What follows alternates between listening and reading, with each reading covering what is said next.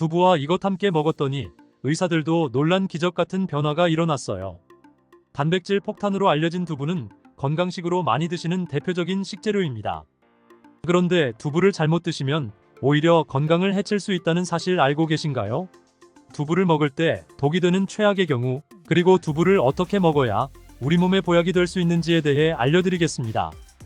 건강한 삶을 위한 건강한 정보를 전해드리는 무조건 당신 편, 구독과 좋아요 눌러주시고요.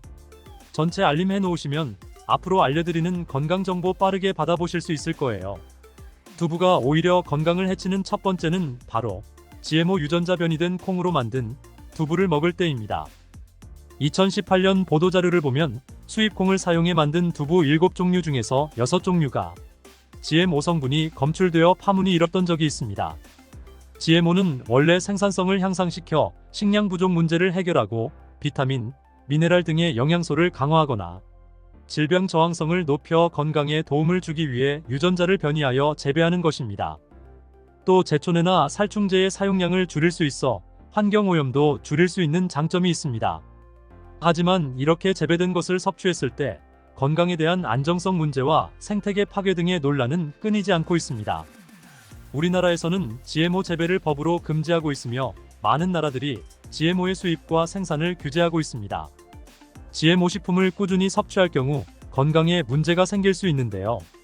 2년 동안 실험쥐 200마리에게 GMO 옥수수를 먹인 실험 결과 20%의 쥐에서 종양이 발생했고 종양의 크기도 컸는데요. 종양의 크기가 탁구공만큼 크게 자란 쥐도 발견되었는데 쥐 전체 몸무게의 4분의 1에 해당하는 무게였다고 합니다. GMO 표기가 의무이기 때문에 GMO 표기가 없는 식품을 사 먹으면 되지만 문제는 식품을 몇 차례 가공 과정을 거쳐 GMO의 DNA나 단백질이 남아있지 않은 식품은 GMO 표기를 하지 않아도 된다는 규정이 있기 때문에 소비자로서는 불안할 수밖에 없는데요. 따라서 두부를 구매하실 때 원료가 수입산이 아닌 국내산 콩으로 만든 두부를 사드시길 바랍니다. 우리나라는 GMO 재배 자체가 금지이기 때문에 국내에서 재배된 식품은 안심하고 드셔도 됩니다. 두부가 건강을 해치는 두 번째는 바로 유부를 드시는 것입니다. 유부는 두부를 기름에 튀겨서 만드는데요. 유부를 먹는 방법에는 대표적으로 유부초밥이 있지만 이외에도 다양한 요리의 재료로 사용됩니다. 유부의 고소한 맛과 부드러운 식감 때문에 다양하게 사용되지만 건강에 해로울 수 있으니 주의하셔야겠습니다. 두부를 기름에 튀겨 만든 유부는 칼로리가 높아질 뿐만 아니라 트랜스 지방이 생성됩니다. 트랜스 지방은 혈관 내 콜레스테롤을 증가시키고 심혈관의 질환의 위험을 증가시킵니다. 이로 인해 대사증후군과 뇌 기능에도 영향을 미쳐 인지력, 학습 능력을 감소시키는 부작용을 일으킬 수 있습니다. 세 번째, 두부를 드실 때 주의할 점은 시금치와 함께 드시면 안 된다는 것입니다. 시금치는 철분이 풍부하게 함유되어 있어 빈혈 예방에 효과적으로 알려져 있습니다. 또한 비타민 A, 루테인, 제아잔틴 등의 영양소가 풍부하여 눈 건강 증진에 탁월한 효능이 있고 마그네슘, 비타민 K 등이 풍부해 뼈 건강 증진에 효과적인 것으로 알려져 있습니다. 문제는 시금치에 함유된 옥살산입니다. 이 옥살산이 두부의 칼슘과 결합하여 수산칼슘이라는 성분이 만들어지는데 이 성분이 결정을 이루어 신장이나 요로에 쌓여 결석이 됩니다. 신장 결석, 요로 결석이 되어 극심한 통증을 유발한다는 것입니다. 시금치를 드실 때는 두부와 같이 칼슘이 많은 음식을 피하시고 별도로 섭취하시길 바랍니다. 네 번째, 두부를 드실 때 오히려 해가 되는 경우는 갑상선이 약하신 분들입니다. 두부에는 사포닌이란 성분이 함유되어 있는데 사포닌을 많이 섭취하게 되면 요오드가 몸 밖으로 과도하게 배출될 수 있습니다. 요오드는 갑상선 호르몬의 합성과 조절을 돕는 아주 중요한 성분인데요. 요오드가 부족하게 되면 갑상선 호르몬인 티록신의 생성이 부족하게 되어 갑상선의 기능을 제대로 하지 못하는 상황이 발생할 수 있습니다. 이렇게 되면 갑상선 저하증이 생길 수 있고 무기력해지고 피로가 회복이 잘 안 되며 우울증, 부종, 집중력 저하 등의 다양한 증상을 야기할 수 있습니다. 갑상선에 문제가 없는 분이라면 두부를 많이 드셔도 문제가 되지 않지만 이미 갑상선이 약하신 분들에게는 안 좋은 영향을 줄 수 있는 것입니다. 그렇다면 두부는 어떻게 드셔야 두부의 효능을 최대한 높일 수 있는지 알려드리겠습니다. 두부는 기본적으로 단백질이 풍부한데 이뿐 아니라 리놀렌산, 레시틴, 피토스테롤 등의 성분이 풍부해 몸 안의 콜레스테롤 수치를 낮춰주고 혈액순환을 원활하게 하여 동맥경화, 심근경색, 뇌출혈 등의 심혈관 질환을 예방할 수 있습니다. 두부는 체력과 근력을 유지하는 데 큰 도움을 주는데요. 바로 두부의 풍부한 단백질 때문이지요. 근육은 매일 일정량이 새로운 근육으로 대체되기 때문에 매일 단백질을 공급해줘야 하는데요. 우리 몸에 단백질을 공급해주기 위해 정말 유용한 음식이 두부인 것이지요. 또한 두부에는 콜린이 풍부한데 콜린은 알츠하이머성 치매를 예방하는데 탁월한 효능을 발휘하게 됩니다. 두부는 또한 탈모 예방에도 도움이 되는데요. 머리카락의 원료인 단백질을 보충하는데 도움이 될 뿐만 아니라 이소플라본이 풍부해 남성 호르몬을 조절해줍니다. 따라서 호르몬성 탈모 예방에 도움을 줄 수 있는 것입니다. 또한 두부는 건강하게 장수하는 데에 도움이 되는데요. 많은 과학자들의 연구 결과 건강하게 장수한 사람들의 특징이 식물성 단백질을 꾸준히 섭취했다는 사실을 발견했고, 동물성 단백질을 식물성 단백질로 바꿔 섭취했을 때 사망의 위험성이 낮아진다는 연구 결과도 있습니다. 이러한 효능이 극대화가 되려면 소화 흡수가 잘 되어야겠지요. 두부 중 소화 흡수가 가장 잘 되는 것이 바로 순두부입니다. 순두부는 일반 두부와 마찬가지로 비질을 분리한 콩물에 응고력이 약한 응고제를 넣어 만든 것인데요. 그렇기에 훨씬 부드럽고 소화 흡수가 잘 되는 형태가 되는 것입니다. 하지만 단점은 일반 두부보다 단백질, 섬유질 등 영양 성분의 함량이 떨어지는데요. 이런 단점을 보완하기 위해 계란과 함께 먹으면 모두 해결이 됩니다. 순두부찌개에 계란이 들어가는 것이 맛뿐만 아니라 영양적으로도 찰떡궁합인 것이지요. 순두부와는 식감이 완전히 다른 쫄깃한 두부면이 요즘 인기가 높아지고 있는데요. 밀가루를 대체할 수 있는 다이어트 식품으로 많이 알려지고 있습니다. 다양한 면 요리에 사용되는데 단순히 두부를 면 모양으로 만든 것이 아니라 일반 두부보다 단백질의 함량이 2배 정도 높아 건강에 더욱 좋은 식품입니다. 두부에서 수분을 빼고 응축시켜 만들기 때문에 같은 무게당 영양 성분의 함량이 높아지는 것입니다. 두부는 양배추와 함께 드시면 좋은데요. 두부는 단백질이 풍부하지만 비타민C와 섬유질이 부족한데 양배추와 함께 드시면 모든 영양소를 골고루 섭취할 수 있게 되는 것입니다. 또 귀리를 넣은 잡곡밥과 함께 드시면 좋은데요. 귀리에 풍부하게 함유된 식이섬유와 베타글루칸과 두부의 단백질, 칼슘을 충분히 섭취할 수 있는 것입니다. 두부는 그리고 미역과 김, 다시마와 같은 해조류와 함께 드시면 좋은데요. 이런 해조류와 함께 드시게 되면 두부의 단백질을 흡수하는데 극대화가 되고 두부의 사포닌으로 인한 요오드 배출을 해조류의 풍부한 요오드 성분이 상쇄시켜 줄 수 있는 것입니다. 두부와 함께 먹으면 좋은 음식으로는 토마토가 있습니다. 토마토에는 라이코펜이라는 강력한 항산화 성분이 함유되어 있어 세포의 노화를 방지하고 활성산소를 제거하여 혈관을 건강하게 보호하며 암을 예방하는 효능도 있습니다. 두부와 토마토, 그리고 계란까지 함께 살짝 볶아 드신다면 풍부한 영양 성분을 섭취할 뿐 아니라 암 예방과 체중 감량에도 좋고 피부 미용에도 탁월한 효능을 누릴 수 있습니다. 평소 무심코 한 이 행동 때문에 암과 치매에 걸릴 수 있습니다. 반면에 미역에는 풍부한 영양 성분이 있어 당뇨 예방, 골다공증 예방, 심혈관 질환 예방, 암 예방 등 다양한 효능을 갖고 있기도 하죠.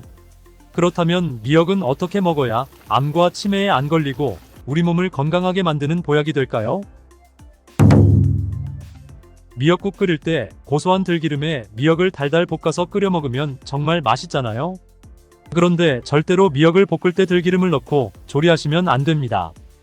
들기름은 오메가3 지방산과 리놀레산 성분이 풍부하여 혈관의 콜레스테롤을 제거하고 노폐물을 배출하여 혈관을 건강하게 해줍니다. 또한 동맥경화를 방지하여 심혈관 질환을 예방하고 뇌신경을 활발하게 하여 치매 예방에도 좋은 효능이 있습니다. 그런데 들기름은 발연점이 낮아 열을 가하게 되면 산패가 되어 좋은 성분은 없어지고 1급 발암물질인 벤조피렌이 생성됩니다. 벤조피렌은 암을 발생시킬 뿐만 아니라 내분비계의 장애를 일으키고 뇌 건강에 악영향을 주는 정말 위험한 물질입니다. 건강에 좋은 줄 알고 넣은 들기름 때문에 오히려 건강을 해치는 독을 먹는 상황이 되는 것이죠. 들기름은 미역국을 다 끓인 다음에 마지막에 한 스푼 넣어 드시면 들기름의 효능과 고소한 맛을 온전히 누릴 수 있답니다. 미역과 함께 드시면 절대 안 되는 두 번째 음식은 바로 대파입니다. 다른 국이나 찌개를 끓일 때에는 파를 꼭 넣는데 유독 미역국을 끓일 때에는 왜 파를 넣지 않는 것일까요? 그 이유는 미역과 대파 둘 다 알긴산이라는 성분이 있는데 이 알긴산은 미끌거리는 식감이 있습니다. 함께 드시게 되면 식감이 나빠지는 이유도 있지만 식감보다도 더 중요한 이유가 있습니다. 대파에는 인과 유황 성분이 있는데요. 미역과 대파를 함께 드시게 되면 대파의 인과 유황 성분 때문에 미역에 함유된 칼슘의 흡수를 방해받게 됩니다. 미역에는 칼슘이 엄청나게 많이 들어있는데요.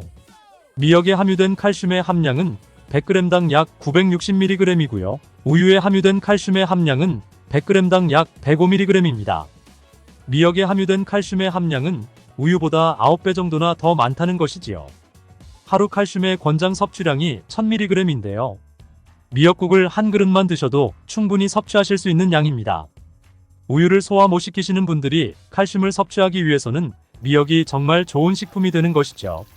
이렇게 많은 칼슘은 우리 몸의 뼈를 튼튼하게 해주고 골다공증 예방에 도움을 주는데요. 이 골다공증 예방은 50대 이후의 여성분들에게는 정말 중요한 효능입니다. 골다공증으로 인해 골반뼈가 골절이 될 경우 65세 이상은 30%가 1년 내에 사망하고 80세 이상은 50%가 2개월 내에 사망을 할 수 있다는 통계가 있습니다. 나이가 들어갈수록 미역을 충분히 섭취하시는 것을 추천드립니다. 이런 칼슘 보충에 정말 중요한 미역을 대파와 함께 드신다면 칼슘 흡수가 제대로 되지 않는 것이죠. 미역의 미끌미끌한 성분이 알긴산이라고 했잖아요. 이 알긴산도 우리 몸에 정말 중요한 역할을 해줍니다. 바로 알긴산은 다른 물질을 흡착하는 성질이 있어 혈관 내에 나쁜 콜레스테롤을 흡착하여 배출을 도와줍니다. 이렇게 되면 동맥 경화를 예방할 수 있고 혈액순환을 원활하게 하며 심혈관 질환을 예방하는 데 도움을 줄 수 있습니다. 미역이 피를 맑게 한다고 하잖아요. 바로 이 알긴산의 효능 때문에 혈관이 깨끗해지기 때문입니다. 또한 알긴산은 장 운동을 촉진하고 배변 활동을 원활하게 하여 변비 예방에 도움을 줍니다. 이는 미역의 풍부한 식이섬유와 함께 장 건강에 도움을 주는 것이죠. 또한 미역에 함유된 풍부한 식이섬유는 당뇨 예방에도 탁월한 효능을 발휘하는데요. 국립보건원에서 장년층 7,400명을 대상으로 추적 조사를 했습니다. 해조류를 전혀 먹지 않은 사람과 매일 미역국 반그릇 이상의 해조류를 섭취한 사람의 당뇨병 발생 위험도를 조사했는데 하루에 미역국 반그릇 이상 먹는 사람이 해조류를 전혀 먹지 않는 사람에 비해 당뇨병 발생 위험도가 20%가 낮았습니다. 미역의 풍부한 식이섬유는 급격히 오르는 혈당을 막아주는데요. 그 이유가 식이섬유가 소화의 속도를 늦춰주고 인슐린의 분비를 조절해주기 때문입니다. 그리고 식이섬유는 포만감을 높여주고 칼로리가 낮아 식사량을 조절하는 데 도움을 주고 체내의 노폐물과 독소를 배출하여 체중을 감량하는 데에도 도움을 주어 다이어트 식품으로도 많이 활용되고 있습니다. 미역국은 또 아이를 출산한 산모들이 반드시 먹는 음식인데요. 미역의 풍부한 요오드는 출산 후에 늘어난 자궁을 수축시켜주는데 도움을 주며 모유가 잘 나오도록 도와줍니다. 또한 요오드는 피를 먹게 하여 상처를 빨리 아물게 하는 역할도 해줍니다. 칼슘과 철분이 풍부하여 출산 후에 흥분된 신경을 안정시켜주고 혈액의 생성을 도와 산모의 빈혈 예방에 도움을 주게 됩니다. 또한 칼륨이 풍부한데요. 칼륨은 체내 나트륨을 배출해주는 역할을 해주어 산모의 부종을 완화시켜주는데 탁월하기도 합니다. 그리고 요오드는 산모에게 좋을 뿐만 아니라 신진대사를 촉진하여 몸의 에너지를 보충해주는 역할을 합니다. 요오드가 부족할 때 나타나는 증상들이 있는데요. 몸에 기력이 없다고 하죠. 힘이 없고 피로감이 높아지게 됩니다. 신진대사가 원활하지 않기 때문에 몸에 영양소를 소모하지 않게 되어 체중이 증가하게 되고요. 피부가 건조해져 거칠어지고 탈모도 일어날 수 있습니다. 나이가 들면서 인지 능력이 떨어지는 것도 요오드의 부족한 현상일 수 있습니다. 그리고 우리 몸의 호르몬의 중추적인 역할을 하는 갑상선에 문제가 생기는데요. 바로 갑상선 저하증이 생길 수 있습니다. 이러한 문제들을 미역을 섭취함으로 예방을 할 수 있는 것인데요. 요오드의 하루 권장 섭취량은 2.3mg입니다. 미역국 한 그릇에는 요오드가 약 1.1mg 정도 함유되어 있으니 미역국은 하루에 한두 그릇만 드시길 바랍니다. 요오드는 과하게 섭취하게 돼도 문제가 생기는데요. 요오드의 섭취량이 많아지면 갑상선 질환을 유발할 수 있습니다. 특별히 갑상선이 약하신 분들은 미역을 섭취하는데 주의하셔야겠습니다. 갑상선은 우리 몸에서 가장 중요한 내분비 기관 중 하나인데요. 갑상선은 목 부분, 기관지 아래에 위치한 나비 모양의 내분비 기관인데요. 중요한 여러 기능을 하지만 그 중에서도 특별히 대사율을 조절하는 역할이 있습니다. 갑상선에서 T3, T4 호르몬을 분비하여 우리 몸의 에너지 소비와 체온 조절을 하는 데에 중요한 역할을 하게 됩니다. 그리고 갑상선 호르몬은 신경 시스템의 정상적인 기능을 유지하는 데 꼭 필요한데요. 이 호르몬이 제대로 분비가 되지 않아 수치가 너무 높거나 낮게 되면 우울증, 불안 증세, 기억력 감퇴 등의 문제가 발생할 수 있습니다. 이 갑상선 호르몬 중에 요오드가 있는데요. 요오드가 부족하면 조금 전에 말씀드린 여러 증상뿐만 아니라 세계보건기구에서는 요오드가 부족하면 뇌세포가 손상되고 치매가 발생할 수도 있다고 보고하고 있습니다. 갑상선 저하증이나 항진증이 있는 분들이 요오드가 많은 미역을 많이 드시면 오히려 건강을 더 해칠 수 있습니다. 건강하신 분들은 미역을 많이 드셔도 호르몬 조절이 되어 문제가 없지만 갑상선에 문제가 있어 호르몬 조절이 잘 안 되는 분들은 이 요오드의 수치가 높아지게 되면 체내에 활성산소가 증가하게 되어 염증을 일으키고 갑상선염을 유발하고 심해지면 갑상선암으로 발전시킬 수도 있습니다. 따라서 갑상선에 문제가 있는 분들은 미역을 드실 때 주의하셔야 합니다. 날이 갈수록 암의 발명률이 높아지고 있어 암에 대한 관심도가 높아지는 것이 사실이죠. 미역에는 강력한 항암 효과가 있어 건강식품으로 아주 좋은데요. 미역에는 요오드와 식이섬유, 칼슘, 비타민 등 많은 영양소가 있다고 했잖아요. 그런 것들보다 훨씬 중요한 것이 있습니다. 바로 후코이단이라는 성분인데요. 이 성분이 바로 강력한 항암작용을 한다고 알려져 있습니다. 후코이단 성분은 미역의 줄기보다 미역귀에 7배나 많이 들어있어 요즘에 미역귀가 항암식품으로 많이 알려지고 있습니다.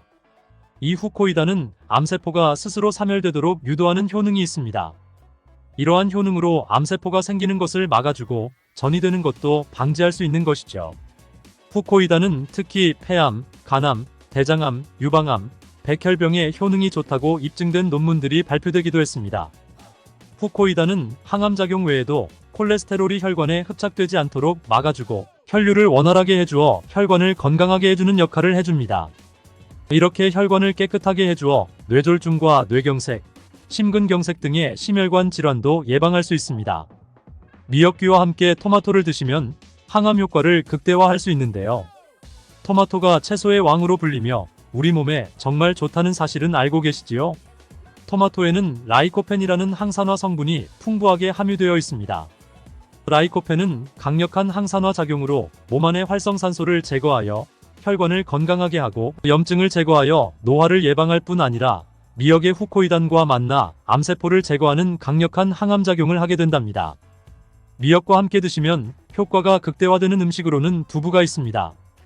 콩으로 만든 두부는 식물성 단백질이 풍부하여 건강식품으로 우리 식탁에 정말 많이 올라오죠.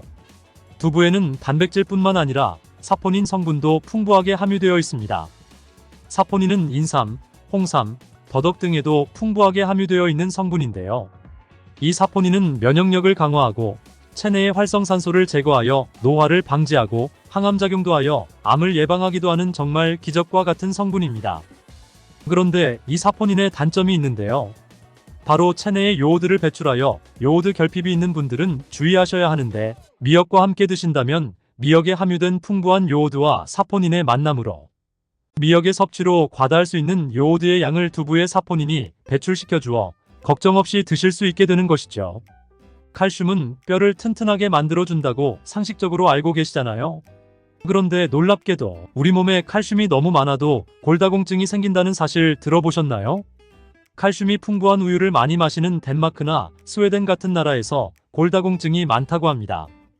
많은 칼슘이 오히려 혈관이나 심장에 쌓여서 건강을 해치게 되는데요. 그렇다고 칼슘이 많은 음식을 안 먹을 수도 없고 어떻게 해야 할까요? 걱정하지 마세요. 해결책 바로 알려드릴게요. 그것은 바로 계란과 함께 드신다면 해결됩니다. 계란에 들어있는 다양한 영양성분이 오스테오칼신이라는 호르몬을 활성화시켜주는데 이 호르몬은 뼈를 강화하고 칼슘이 뼈 속으로 제대로 흡수할 수 있도록 도와줍니다. 미역과 계란을 함께 섭취하면 우리 몸의 pH 균형을 잡아주는데도 중요한 역할을 해줍니다. 미역은 알칼리성 식품이고 계란은 산성 식품으로 같이 섭취하면 약알칼리성 상태로 유지시켜줍니다.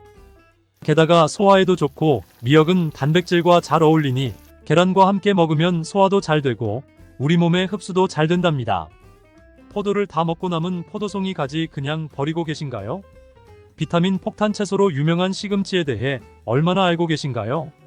시금치는 된장찌개, 시금치나물, 시금치죽 등 다양한 방법으로 식탁 위에 오르는 대표적인 녹황색 채소입니다. 많은 분들이 좋아하시는 이 시금치, 눈 건강, 염증 완화, 항암 효과 등 많은 효능이 있어 건강에 도움이 되는 것이 맞지만 잘못 드시면 오히려 건강을 해칠 수 있다는 사실 알고 계신가요?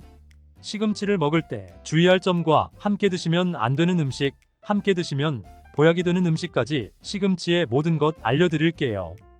구해줘요 뽀빠이. 많이 들어보셨지요?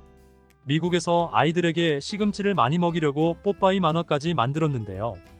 시금치는 채소 중에서도 철분의 함량이 아주 높고 카로틴의 함량도 높은 편입니다. 카로틴은 면역력을 높이는데 아주 효과적인 성분으로 알려져 있습니다. 시금치에는 많은 영양소가 있어 여러 효능이 있지만 단 한 가지 단점이 있는데요. 바로 옥살산이라는 성분이 많다는 것입니다. 옥살산은 우리 몸에 독이 되는 성분입니다. 옥살산은 다른 말로 수산이라고도 합니다. 이 옥살산은 장내 점막을 통해 흡수되는데 칼슘과 만나면 옥살산 칼슘이라고 하는 것이 만들어집니다. 이 옥살산 칼슘은 일정한 조건이 되면 결정을 만듭니다. 이 결정은 뾰족뾰족한 형태의 알갱이가 되는데 조직을 손상시키기도 하고 신장 내에 박혀 신장을 망가뜨리기도 합니다. 작은 크기의 옥살산 칼슘은 소변으로 배출되기도 하는데요. 소변 내에 옥살산 칼슘의 농도가 올라가게 되면 이 결정들이 달라붙어 점점 커지게 됩니다. 이렇게 커진 덩어리들이 신장에서 발견되면 신장결석, 요로에서 발견이 되면 요로결석이라고 하는 것입니다. 시금치에 함유된 옥살산은 물에 녹는 수용성 옥살산과 물에 녹지 않는 불수용성 옥살산 두 가지가 있습니다. 불수용성 옥살산은 이미 칼슘과 결합된 형태로 되어 있는 경우가 많고 물에 녹지 않아 우리 몸에 흡수되기가 어려워 크게 걱정하지 않아도 됩니다. 문제는 수용성 옥살산입니다. 이 수용성 옥살산은 물에 잘 녹기 때문에 장에서 흡수되며 칼슘과 결합하여 덩어리를 이루고 뾰족한 결정이 우리 몸을 공격하는 것입니다. 한 논문에서는 시금치에는 수용성 옥살산이 92%라고 보고하고 있습니다. 시금치를 먹으면 옥살산이 많이 흡수될 수 있다는 것이지요. 그럼 시금치를 먹으면 안 되는 것일까요? 그렇지 않습니다. 옥살산을 제거하고 드시면 됩니다. 시금치를 드실 때는 반드시 이 작업을 하셔야 하는데요. 그것은 바로 시금치를 끓는 물에 데치는 것입니다. 이렇게 하면 시금치의 물에 녹는 옥살산이 끓는 물에 녹아나오게 됩니다. 이 물은 채소로 사용하지 말고 반드시 버리셔야 합니다. 시금치나물을 만들 때 시금치를 물에 데치는 과정을 반드시 하시지요. 이 과정은 시금치의 숨을 죽이는 것만이 목적이 아닙니다. 옥살산을 제거하는 것을 목적으로 생각하셔야 하는 것입니다. 그러면 얼마 동안 끓는 물에 데쳐야 할까요? 보통은 너무 오래 데치면 시금치가 너무 흐물거리고 시금치의 비타민C가 파괴되어 30초 정도로 잠깐 데치잖아요. 식감을 위해서는 이렇게 하는 것이 맞는 방법이지만 옥살산을 제거하려면 시간이 많이 필요합니다. 대화여자대학교 식품영양학과 연구팀에서 시금치에 데치는 시간에 따른 성분 변화를 발표했습니다. 데치기 전에 시금치 100g당 옥살산의 함량은 1075mg이었습니다. 1분 데친 시금치에는 754mg, 5분을 데친 시금치에는 550mg으로 반 정도 줄었습니다. 끓는 물에 데친다고 해도 시금치의 옥살산이 모두 제거되는 것은 아니라는 것이 확인된 것입니다. 더군다나 30초만 끓는 물에 시금치를 데친다면 시금치에 함유된 옥살산의 함량은 아직 많이 남아있게 되는 것이지요. 그리고 시금치를 데칠 때 소금을 약간 넣고 데치잖아요. 소금을 넣으면 시금치의 색깔도 더욱 진해지고 맛도 좋아져 소금을 첨가하는데요. 단국대학교 식품영양학과에서는 시금치를 데칠 때 소금을 넣고 시험을 하였습니다. 이 실험 결과에서는 소금을 넣지 않고 시금치를 데쳤을 때가 소금을 넣고 데쳤을 때보다 옥살산을 더욱 많이 제거할 수 있었다고 발표하였습니다.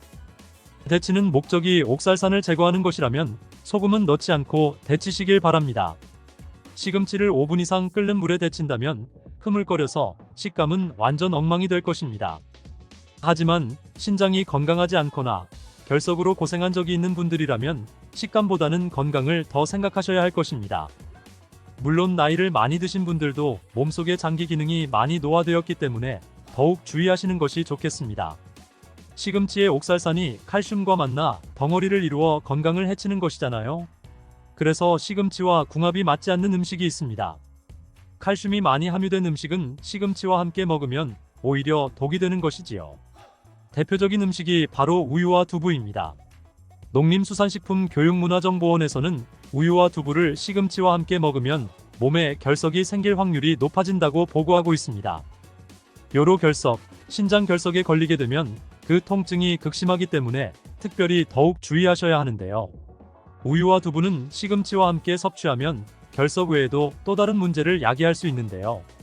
시금치의 구연산과 결합하여 구연산칼슘이 되는데 이 성분은 소화가 잘 되지 않기 때문에 장 건강에 해가 되는 것입니다. 그렇다면 어떤 음식이 시금치와 함께 먹으면 보약이 되는 것일까요? 첫 번째는 바로 감입니다. 시금치와 감은 서로 다른 영양소를 함유하고 있어 함께 먹으면 시너지 효과를 낼 수 있는데요. 시금치에는 철분, 엽산, 비타민 A 등이 풍부하게 함유되어 있고 감에는 칼륨, 비타민C, 식이섬유, 베타카로틴 등이 풍부하게 함유되어 있습니다. 감에 풍부하게 함유된 비타민C는 시금치의 철분이 우리 몸에 흡수되는 것을 도와줄 수 있습니다.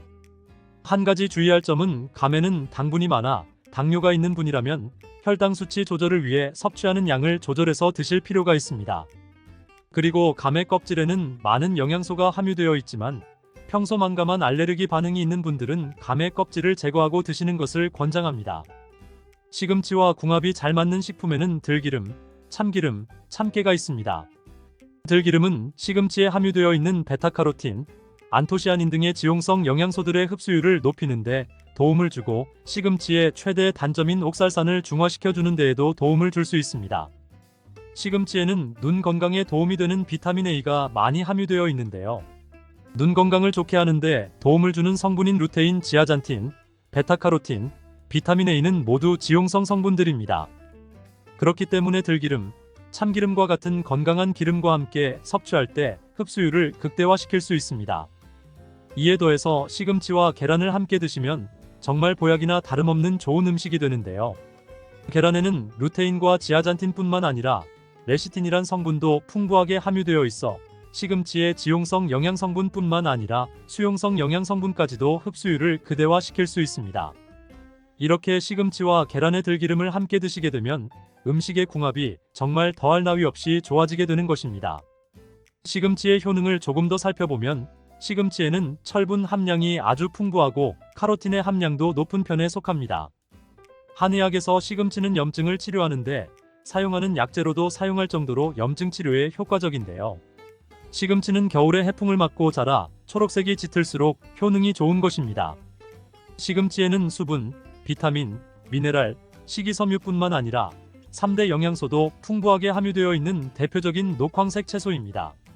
대표적인 효능으로는 눈 건강, 혈압 개선, 면역력 향상, 신체 발육 촉진, 피부 미용, 변비 예방, 빈혈 예방에도 도움이 되는 음식입니다. 특히 혈액 속의 만성염증을 제거하는 데에 탁월한 효능이 있는 루테인, 셀레늄, 엽산 등이 풍부하게 함유되어 있습니다. 스웨덴의 린코핑 대학교 연구팀은 연구 결과에서 눈 건강에 도움을 주는 루테인이 관상동맥 질환과 관련이 있는 염증을 억제하고 관상동맥 질환을 개선하는 데 효과가 있다고 발표했습니다. 관상동맥은 심장의 근육에 혈액을 공급해주는 혈관인데요. 이 혈관이 좁아지거나 막히게 되면 심근경색의 증상이 나타나는 것입니다. 시금치의 뿌리에 풍부하게 함유된 안토시아닌과 카로틴 성분이 혈관 내의 활성산소를 제거하여 만성염증을 억제하게 되고 이로써 심근경색뿐만 아니라 다른 여러 심혈관 질환을 예방할 수 있습니다. 시금치는 다이어트 식품으로도 많이 알려져 있는데요. 이는 시금치에 함유된 풍부한 수분과 식이섬유 때문입니다. 풍부한 식이섬유는 혈당 수치를 낮추고 혈관 속의 나쁜 콜레스테롤을 몸 밖으로 배출해 주어 혈관 건강에도 도움을 줄 수 있습니다. 한 가지 문제는 시금치의 식이섬유는 불용성 식이섬유이기 때문에 소화가 잘 안 될 수 있는데요. 이때 사과와 함께 드시면 이런 문제는 해결이 됩니다. 사과에는 대장 암 예방에도 효과가 좋은 팩틴이라는 성분이 풍부한데요. 바로 이 팩틴이 식이섬유의 균형을 잘 맞춰줄 수 있는 수용성 성분입니다. 이뿐 아니라 사과의 팩틴은 장 건강에 유익한 지방산을 증가시키고 활성산소를 제거하는 역할을 합니다. 이런 사과를 시금치와 함께 드시면 항암 효과까지 극대화가 되는데요. 시금치의 풍부한 엽록소과 엽산이 항암작용을 하여 암세포를 억제하고 발암물질을 억제하는 데 도움을 주는 것입니다. 또한 사과와 시금치를 함께 드시면 당뇨를 예방하는 데에도 효과가 좋아지는데요. 사과에 함유된 식이섬유가 콜레스테롤과 당분이 결합하여 몸속으로 흡수되는 것을 막아주는 역할을 하는 것입니다. 또한 시금치와 사과의 식이섬유는 음식물을 장 속에 오래 머무게 하여 혈당이 급격히 오르는 것을 방지하여 인슐린 분비를 조절하는 데에 도움을 주게 되는 것입니다. 시금치와 사과를 함께 드실 때는 시금치를 먼저 끓는 물에 삶아 물은 버리고 사과와 함께 갈아서 주스로 마시는 방법도 있으니 참고하시기 바랍니다. 시금치를 드실 때 주의하실 분들이 있습니다. 바로 혈액을 묽게 하는 와파린 계열과 아스피린 등의 혈전용해제를 드시는 분들입니다. 이런 약은 혈액을 묽게 하여 혈관 속에 뭉쳐있는 혈전을 녹여주어 혈액순환을 원활하게 하는 역할을 하게 되는데요. 시금치와 함께 먹게 되면 시금치에 함유된 비타민 K는 이와는 반대 역할을 합니다. 비타민 K는 혈액을 응고에 필요한 단백질을 합성하여 혈액 응고를 촉진시켜주는 것입니다. 혈전용해제를 드시는 분은 시금치를 드실 때 2시간 정도의 시간차를 두시고 드시는 것이 좋겠습니다. 나이가 들수록 된장국을 좋아하게 되는데요. 된장국에 시금치를 넣어서 많이들 드시지요? 이때도 주의하셔야 하는데요. 시금치의 옥살산이 된장의 콩과 된장국에 넣는 두부에 함유된 칼슘이 만나 옥살산 칼슘이 만들어지겠지요. 이것을 그냥 드시게 되면 신장 결석과 요로 결석의 원인이 될 수 있습니다. 따라서 시금치 된장국을 조리하실 때는 반드시 시금치를 5분 이상 데쳐서 데친 물은 버린 후에 시금치 된장국을 끓여 드시길 바랍니다. 채소는 보통 생으로 드시는 것이 좋다고 알고 계신데요. 다 그런 것은 아닌 것입니다. 시금치는 반드시 익혀서 드시길 바랍니다. 샐러드에 시금치를 넣어 드시기도 하는데 조금 드시는 것은 괜찮지만 자주 드시면 문제가 되기 때문에 주의가 필요합니다. 그리고 요즘엔 피자에도 시금치를 올려서 만들기도 하는데요. 이때도 생으로 올리는 것보다는 데쳐서 사용하시길 바랍니다. 시금치를 드실 때는 계란과 함께 드시면 좋다고 했잖아요. 계란말이를 할 때에 삶을 시금치를 잘게 다진 후에 계란에 넣어 함께 계란말이를 만들어서 드시는 것도 좋은 방법이 되겠습니다. 우리나라에 자라는 쑥은 종류가 40종이 넘고 쑥과 비슷하게 생긴 독초도 있어 채취 시 주의해야 합니다. 먼저 오초라는 독초가 있는데 쑥과 비슷하여 해마다 오초를 섭취하고 병원에 실려오는 환자들이 있습니다. 이 오초는 조선시대에 사약을 만들 때 사용할 정도로 맹독을 가지고 있습니다. 많이 자랐을 때는 쑥과 어느 정도 구분이 되지만 어린 잎인 새순은 쑥과 너무 비슷하여 이런 사고가 자주 발생하게 됩니다. 그리고 쑥은 아무 데서나 채취해서 드시면 안 되는데요. 그 이유는 바로 중금속 때문입니다. 도심이나 하천, 도로변에서 채취한 쑥에서 기준치 이상의 발암물질인 중금속이 검출이 되고 있어 쑥을 채취할 때는 각별히 주의하시고 웬만하면 안전하게 재배하여 판매되는 쑥을 드시는 것을 권장합니다.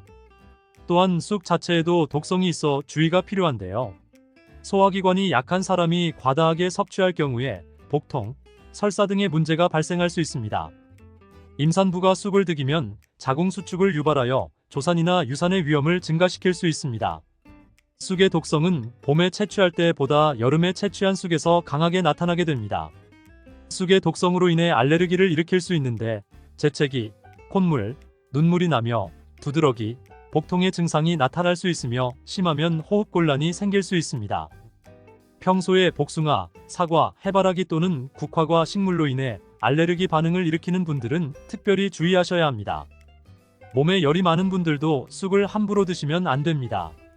쑥이 몸에 좋다고 하여 계피, 대추 또는 각종 약재를 넣어 차를 끓여 드시기도 하고 물 대신 드시거나 쑥즙을 내어 드시는 분들이 계신데요. 평소 몸에 열이 많은 분들은 절대 이렇게 드시면 안 됩니다. 한의학에서는 생쑥은 따뜻하고 익힌 쑥은 뜨겁고 매운 성질을 가지고 있는 식물이라고 합니다. 몸에 열이 많은 분들이 쑥을 저렇게 드시면 열은 특히 가슴과 머리 쪽으로 올라가게 되는데 이 열로 인해 혈압이 올라가고 심장병의 원인이 될 수도 있습니다. 이런 쑥을 드실 때는 함께 먹는 음식도 중요한데요. 절대로 함께 드시면 안 되는 음식은 우유입니다.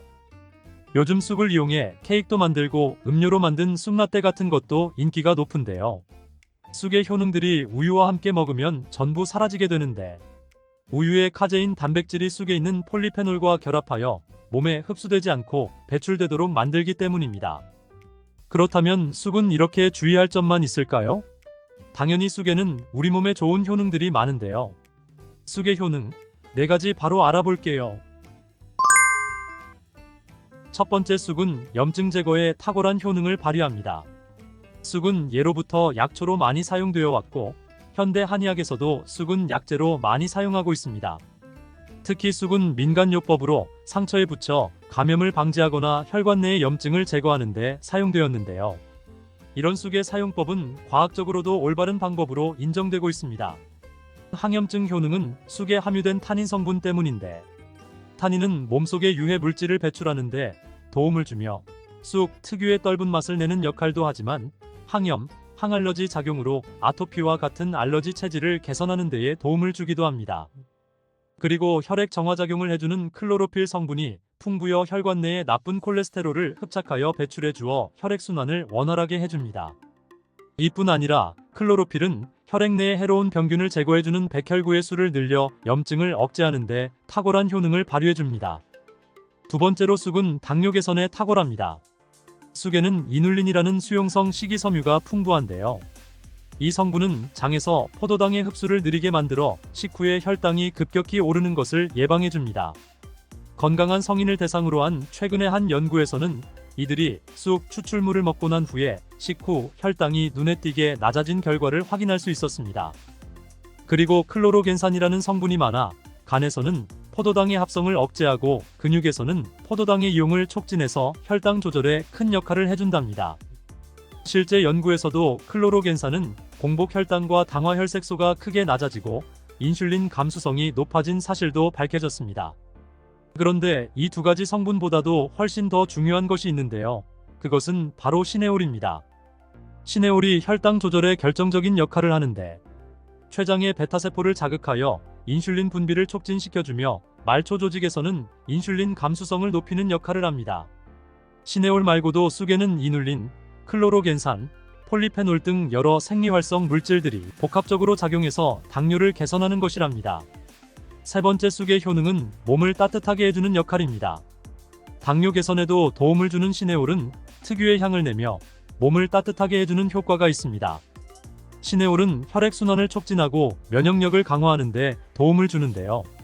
특히 손발이 찬 수족 냉증을 개선하는 데 효과적이며 신진대사를 원활하게 해주어 생리통, 생리불순 등의 여성 질환을 완화시키는 데에 큰 역할을 해줍니다.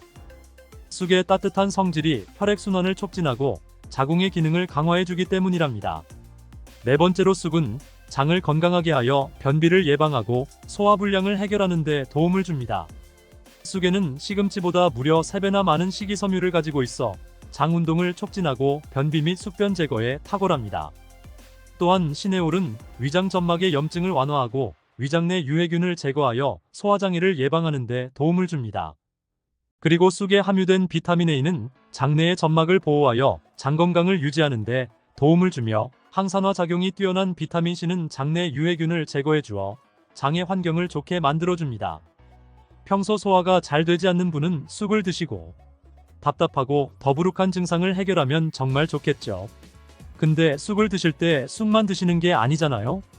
다른 음식들과 같이 드시는데 쑥도 궁합이 맞는 음식이 따로 있다는 사실 아시나요? 이렇게 몸에 좋은 쑥도 함께 드시면 보약이 되는 찰떡궁합 음식이 있습니다. 첫 번째, 쑥과 함께 드시면 보약이 되는 음식은 브로콜리입니다. 쑥과 브로콜리를 함께 드시면 염증과 항암에 놀라운 효능을 갖게 되는데요.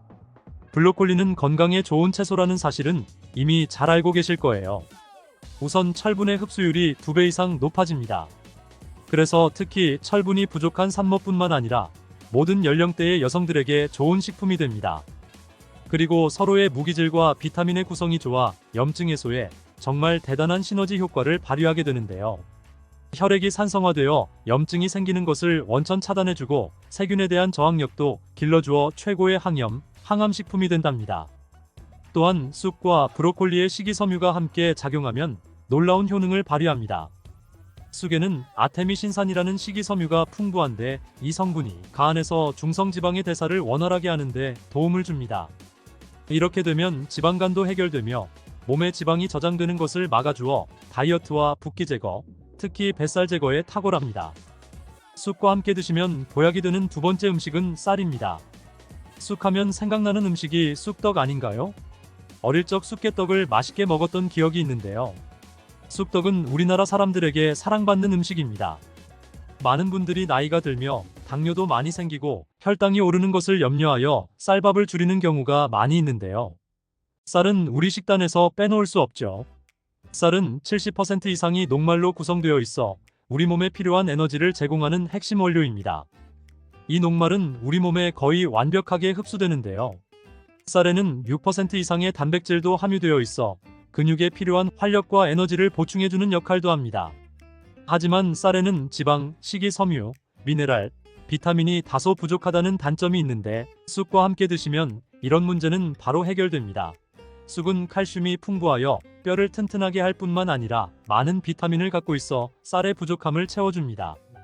세 번째, 쑥과 함께 드시면 보약이 되는 음식은 계란입니다. 쑥과 함께 계란을 드시면 나이가 들면 많이 생기는 신경통과 손, 발 저림 증상을 해결할 수 있습니다. 특별히 여성들에게 도움이 많이 되는데요. 쑥의 따뜻한 성질로 인해 혈액순환이 잘 되고 몸의 붓기와 독소를 제거해주는 효과가 좋아 신경통, 저림 같은 증상을 진정시키는데 놀라운 효능을 발휘하게 됩니다. 계란의 단백질과 쑥이 만나 근육을 단단하게 만들어줍니다. 계란에는 단백질과 항산화 성분이 풍부하지만 비타민C가 부족한데 쑥에 많은 비타민C가 있어 계란의 부족한 부분을 채워줍니다. 쑥의 칼슘과 미네랄은 혈액 속에서 세포의 균형을 지켜주고 폐를 정화하여 폐질환도 완화시켜줍니다. 또한 골다공증과 같은 뼈질환을 예방해주기도 합니다. 그리고 쑥과 계란을 함께 드시면 뇌 건강에도 좋은데요. 계란의 콜린과 쑥의 비타민이 함께 기억력과 인지 능력을 향상시켜주고 뇌세포를 보호하여 치매를 예방해줍니다. 네 번째, 쑥과 함께 드시면 보약이 되는 음식은 콩나물입니다. 콩나물과 쑥은 식이섬유와 필수 아미노산이 풍부하여 소화 기능을 강화시키는데 탁월한 시너지를 발휘합니다. 또한 콩나물에는 다양한 비타민과 미네랄이 풍부하여 자연적인 비타민 보충제 역할을 합니다. 콩나물에는 지방이 적지만 이를 쑥과 함께 섭취하면 체내의 염증을 줄이고 면역력 강화에 필요한 비타민 C와 비타민 E를 보충할 수 있습니다. 또한 쑥과 콩나물을 함께 드시면 피부 건강에도 매우 유익합니다. 콩나물에 함유된 실리카와 쑥의 비타민이 함께 작용하여 피부 탄력과 보습을 개선할 뿐만 아니라 노화를 예방하니 정말 좋은 궁합인데요. 쑥하고 함께 먹으면 좋은 음식은 이렇게 많은데요. 그렇다면 쑥은 어떻게 먹어야 건강하고 맛있게 먹을 수 있을까요? 쑥떡 같은 음식은 이미 잘 알고 계시지요? 쑥을 잘 세척하여 말린 다음에 가루로 만들어 두시면 여러 요리에 사용하기 편리하고 오랫동안 보관하기에도 좋아요. 요거트에 쑥가루를 섞어 드시면 혈당 관리와 더불어 장 건강에도 도움이 되고 밥 지을 때 잡곡과 함께 쑥을 넣어도 좋고 쑥 부침개, 쑥 전병 등을 만들어 드셔도 맛과 향이 좋습니다. 계란물에 쑥가루를 넣어 계란말이를 해 드셔도 되고 계란찜이나 계란국에 쑥을 넣어 드셔도 됩니다. 계란찜이나 계란말이를 만들 때 브로콜리까지 넣어서 드시면 건강에 더욱 좋은 음식이 된답니다. 우리 식탁에 빠지지 않는 무, 나박김치, 깍두기, 무말랭이, 치킨무, 단무지 등등 정말 여러 형태로 많이 드시잖아요. 그 중에서도 겨울이 되면 바로 무나물도 많이 드시게 되는데요. 무나물 만들 때 보통 어떻게 하시나요? 들기름에 채로 썬 물을 넣고 달달 볶아 소금으로 간하고 깨소금 넣어서 드시잖아요. 기름을 넣지 않고 물을 볶는 방법으로 알려드릴게요. 그리고 바로 그 들기름을 언제 넣어야 되는지도 알려드릴게요. 먼저 물을 약간 두껍게 채를 썰어 주시고 여기에 비장의 재료 하나 더 넣어줍니다. 그것은 바로 양파입니다. 양파도 채를 썰어 무와 함께 담아주세요. 양파를 하나 넣게 되면 무의 해독작용이 배가 되고 단맛도 좋아지게 됩니다. 이렇게 무와 양파를 담은 통에 소금으로 1시간 정도 절여주세요. 다 절여지면 무가 흐물흐물하게 되고 무와 양파에서 수분이 많이 빠져나와 있을 거예요. 이 수분도 버리지 말고 다 사용합니다. 냄비에다 절여진 무와 양파를 넣고 그리고 들기름 대신 물을 1컵 넣어줍니다. 들기름은 발화점이 낮기 때문에 들기름을 넣어 무나물을 만들게 되면 들기름의 좋은 성분인 오메가3 지방산은 다 날아가고 오히려 건강에 해로울 수 있으니 들기름은 넣지 말고 이 방법으로 하시기 바랍니다. 센 불에서 먼저 끓여준 다음에 중불로 익혀주시면 됩니다. 이때 물이 졸아서 바닥에 조금 깔릴 정도만 남을 때까지 해주시면 됩니다. 그리고 먹기 직전에 들기름을 1스푼 넣어 드시면 고소하고 달달한 무나물을 드실 수 있습니다. 정말 간단하죠? 이렇게 물을 드시면 소화도 잘 되고 몸의 독소를 배출해주는 해독작용에도 좋은데요. 겨울무를 드시면 도대체 어떤 효능이 있을까요? 겨울무는 조직이 치밀하고 단맛이 좋으며 약성이 강한 것이 특징인데요. 무의 가장 좋은 효능은 첫 번째로 기침을 멈추게 하고 가래를 물기에 쉽게 배출하도록 도와준다는 것입니다. 무를 생으로 먹으면 알싸한 매운맛이 있잖아요.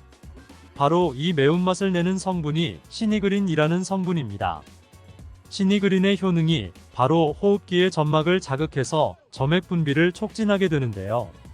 이렇게 점액이 나와 호흡기계에 붙어있는 가래를 묽게 만들어서 쉽게 배출되도록 도와주는 것입니다. 이뿐 아니라 점막이 호흡기 외벽을 보호해서 각종 세균, 감기 바이러스 등이 쉽게 침투하지 못하도록 보호하는 효능이 있습니다.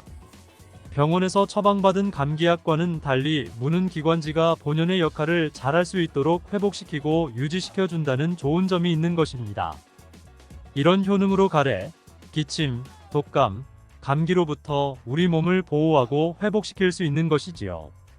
특별히 기침, 가래, 호흡기에 도움이 되도록 물을 먹는 방법을 한 가지 알려드릴게요.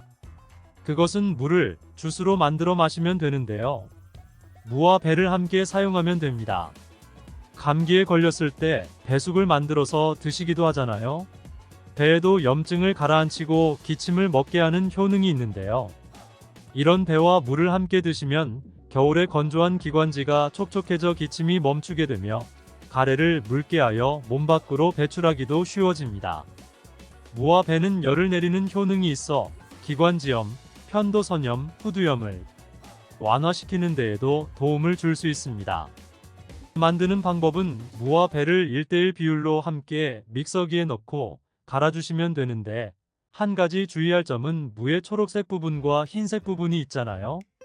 흰색 부분은 매운맛이 좀 더 강하고 초록색 부분은 단맛이 조금 더 좋으니 주스를 만드실 때는 초록색 부분을 사용하시는 것을 추천드립니다.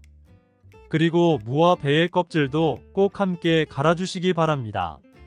속살보다 껍질에 더 많은 플라보노이드 성분이 함유되어 있기 때문입니다. 배의 씨만 제거하고 믹서기에 넣고 갈아주시고 그대로 마셔도 되는데요. 이대로는 너무 걸쭉하여 마시기 힘든 분들은 면포에 걸러서 마시면 됩니다. 두 번째 무의 효능은 바로 소화에 좋다는 것입니다. 천연소화제 하면 떠오를 것이 바로 무인데요. 무에는 전분을 분해하는 아밀라이제와 디아스타아제가 풍부하며 단백질을 분해하는 효소인 프로테아제도 함유되어 있어 고기를 드실 때에도 무가 정말 좋은 음식이 되는 것이지요. 김장을 하고 나면 돼지고기를 삶아 수육을 만들고 김장하고 남은 무로 양념을 더해 무김치를 만들어 수육과 함께 드시잖아요. 이렇게 드시는 것이 무의 단백질 소화, 효소인 프로테아제 덕분에 정말 좋은 음식의 궁합이 되는 것입니다. 또한 무에는 탄수화물을 분해하는 디아스타제라는 효소가 풍부한데요. 우리나라 주식이 바로 쌀이잖아요. 쌀밥을 드실 때 무로 만든 반찬을 드시는 것도 좋은 방법이 되는 것입니다. 나이가 들면서 몸에서 나오는 소화 효소들이 줄어들게 되는데요. 나이가 들수록 무로 만든 반찬을 많이 드시는 것이 좋겠습니다. 단 무에 함유된 효소는 열에 약하기 때문에 무의 소화 효소를 섭취하려면 열을 가하지 않은 생으로 드시는 것을 권장합니다. 동치미나 깍두기가 정말 안성맞춤이 되겠지요. 그리고 무에는 지방의 분해를 돕는 효소인 에스테라아제가 풍부한데요. 치킨 배달을 시키면 치킨무가 꼭 함께 오잖아요. 바로 지방이 많은 치킨을 드실 때 무를 함께 드시면 입안이 깔끔해지기도 하고 소화도 잘 되는 것이지요. 세 번째, 무의 효능은 혈관 건강에 좋다는 것입니다. 무에는 식이섬유가 풍부하여 장 건강에 도움을 줄 뿐만 아니라 혈관 건강에도 도움을 주는데요. 바로 이 식이섬유가 체내의 콜레스테롤을 흡착하여 배출시켜주므로 혈관 내의 노폐물을 제거하여 혈액순환을 원활하게 도와주는 것입니다. 또한 비타민C도 풍부하게 함유되어 있는데요. 무의 비타민C는 항산화 작용이 뛰어나 혈관 내의 활성산소를 제거하고 혈관벽을 튼튼하게 해주는데 도움을 주는 것입니다. 그리고 칼륨도 무에 함유되어 있는데 칼륨의 대표적인 효능이 바로 나트륨을 배출하는 역할입니다. 혈관 내의 나트륨은 혈압 상승의 주범인데요. 물을 섭취함으로 혈관 내의 나트륨을 몸 밖으로 배출시켜 혈압을 낮추어 심혈관 질환을 예방하는 데에도 도움을 주는 것이지요. 그리고 엽산 또한 무에 풍부하게 함유되어 있는데 이 엽산이 혈관의 염증을 억제하고 혈전 생성을 막아주는 역할을 합니다. 이만하면 무가 혈관 건강에 특효약이나 다름없지요. 네 번째, 무의 효능은 바로 해독작용입니다. 역사 기록에 보면 담배를 좋아했던 정조대왕이 담배로 인한 몸의 독을 제거하기 위해 무를 많이 섭취했다는 기록이 있습니다. 무가 담배의 니코틴을 해독하는 효능이 있는데요. 무에 함유된 글루코시놀레이트 성분이 니코틴을 중화하는 효능이 있기 때문입니다. 또한 무에는 식물성 유황 성분이 함유되어 있는데 이 식물성 유황 성분은 미세먼지로부터 오염된 중금속이 우리 몸에 들어올 때 여러 독성들을 해독해주는 효능이 있습니다. 메밀국수를 먹을 때 무즙을 갈아서 넣어주잖아요. 그 이유가 단순히 맛 때문만이 아니라 메밀에는 살리시라민이라는 독성물질이 있는데요. 이 독성물질을 무의 식물성 유황 성분이 중화시켜줄 수 있기 때문입니다.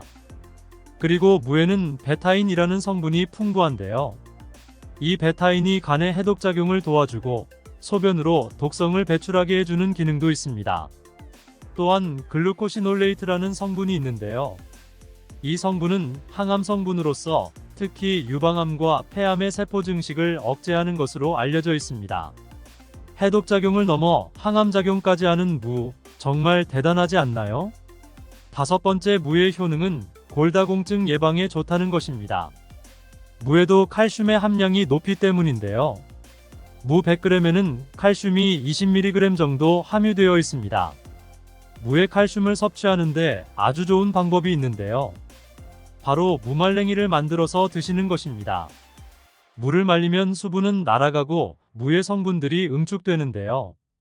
무말랭이 100g에 함유된 칼슘의 함량은 무려 310mg 이나 됩니다. 나이가 들면서 뼈에서 칼슘이 빠져나가 골밀도가 점점 낮아지고 골다공증이 발병하는 경우가 많은데요.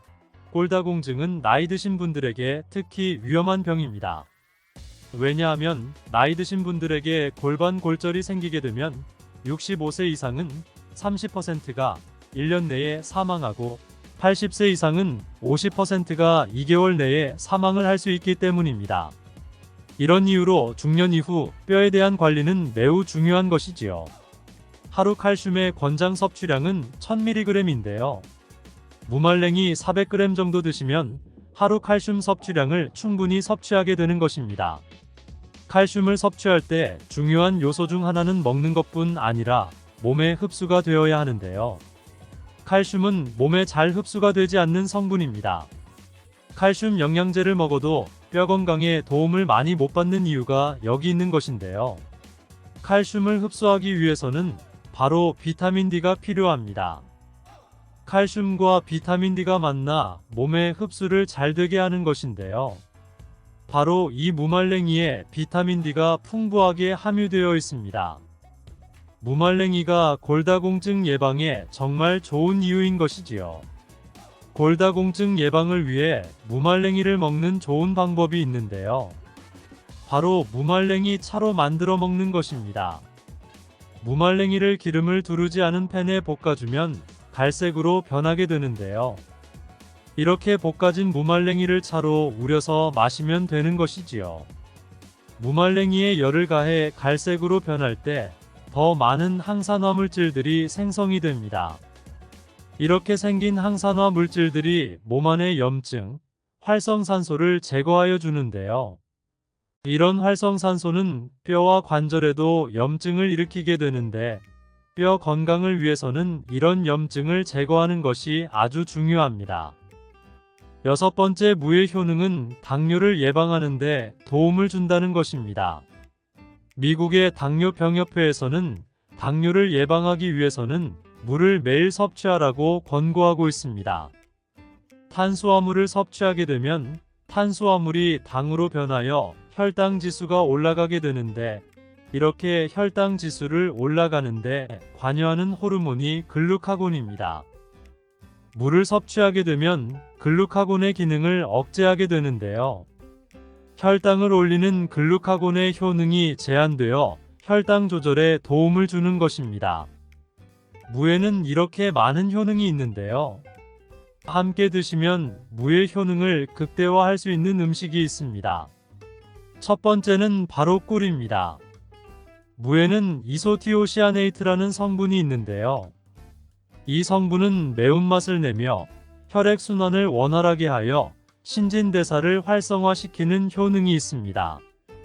꿀에는 항균, 항염, 항산화 효능이 있어 무와 함께 드시면 기관지를 촉촉하게 하여 기침을 멈추게 하고 몸의 기력을 더욱 보충해주게 되는 것입니다. 무와 함께 드실 때 좋은 음식 두 번째는 생강입니다. 생강에는 진저롤과 쇼가올 성분이 함유되어 있어 몸 안의 찬 기운을 밖으로 배출하고 몸을 따뜻하게 해주는 효능이 있습니다. 몸을 따뜻하게 하면 면역력이 더욱 좋아지게 되는 것입니다. 또한 심혈관을 더욱 건강하게 해주는데요. 생강을 섭취하게 되면 콜레스테롤 수치가 낮아지고 혈액순환을 원활하게 해주어 혈관 건강에 도움을 주는 것이지요. 이렇게 좋은 무도 드실 때 주의하셔야 하는 분들이 있는데요. 바로 갑상선 질환이 있는 분들입니다. 왜냐하면 무에는 고이트로젠이라는 성분이 있는데요.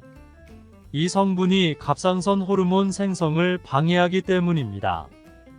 갑상선 질환이 있는 분들이 무를 드시면 갑상선 호르몬이 제대로 분비되지 않아 증상이 더욱 악화될 수 있는 것입니다. 다만 고이트로젠은 열을 가하면 효능이 떨어지게 됩니다. 따라서 갑상선 질환이 있는 분들이 무를 드실 때는 생으로 드시지 말고 열에 익혀서 드시기를 바랍니다. 토마토가 건강에 좋은 건 아시죠? 그런데 잘못 드시면 오히려 독이 될 수 있는데 알고 계신가요?